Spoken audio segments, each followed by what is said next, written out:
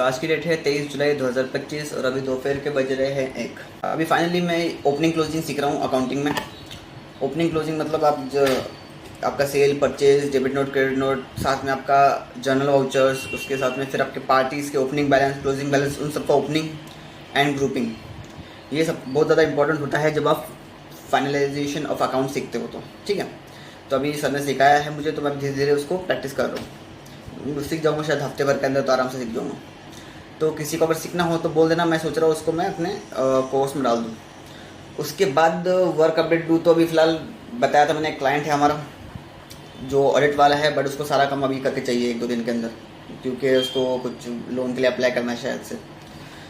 उसके बाद डेट बढ़ रखी है इनकम टैक्स की, बट फिर भी ऐसा प्रेशर आ रहा है जैसे जैसे डेट पास आ रही है। तो आज 23 तारीख के अभी भी 2-3 क्लाइंट का ही हुआ है जुलाई वालों में से, जिनका जुलाई में जाना चाहिए था। बाकी 2-3 ऐसे छोटे छोटे तो आ ही रहे हैं अपना मेल के ऊपर कि हमारा कर दीजिए। तो उसमें एक प्रोसेस मैं समझा देता हूँ अच्छे से, ठीक है। इनकम टैक्स वाला भी काम बताऊँगा मैं, मेरे इसमें यूट्यूब पे डालूंगा उसका वीडियो, ठीक है। बट एक ओवरऑल समझ लो काम कैसे होता है।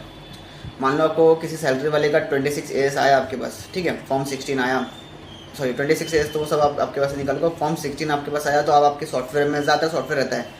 सॉफ्टवेयर नहीं है तो आपके पास एक्सेल की कंपटीशन पड़ी होगी, पिछले साल की उठा लेना किसी की भी, या फिर उसी की उठा लेना, ठीक है। अब उसमें आपको मान लो सैलरी वाला पर्सन है तो आपको बैलेंस शीट वो सबकी ज़रूरत नहीं है, जस्ट आपको उसमें पूरा का पूरा इनकम डालना है। इनकम फ्रॉम सैलरी में सैलरी वाला इनकम डालना है, जो भी पर्क्स वर्क्स मिला है सब नेट आपको फॉर्म 16 में सब कुछ मिल जाएगा, तो उसका टेंशन लेने की जरूरत नहीं है। अदर इनकम कुछ है या फिर कुछ भी है तो वो आपको उसके 26 AS TIS में दिख जाएगा। वो इनकम डालने के बाद आपको एक्सेल की जो शीट है आपको वो उसको भेजनी है। आपका लेटेस्ट एड्रेस क्या है वो भी आपको भेजना पड़ेगा, ठीक है।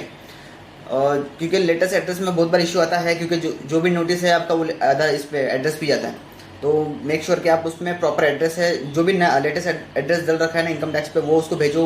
ईमेल आईडी फ़ोन नंबर कौन सा डल रखा है वो भेजो, क्योंकि उस पर उसको ये जाएगा, एक्नॉलेजमेंट जाएगी, रिटर्न फाइल हो चुकी है, कोई डिमांड आएगी तो वो भी इस पर जाएगा उसको, ठीक है।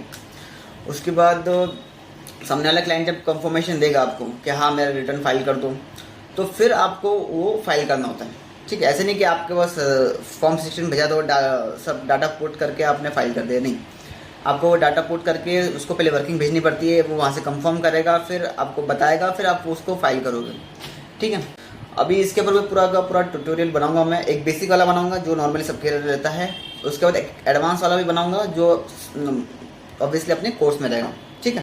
तो किसी को अगर इनरोल करना हो अपना टैक्सेशन अकाउंटिंग वाला जो बेसिक कोर्स है 299 वाला वो, या फिर इसके लिए इनकम टैक्स वाला, तो मुझे बता देना, ठीक है। चलो मिलते हैं।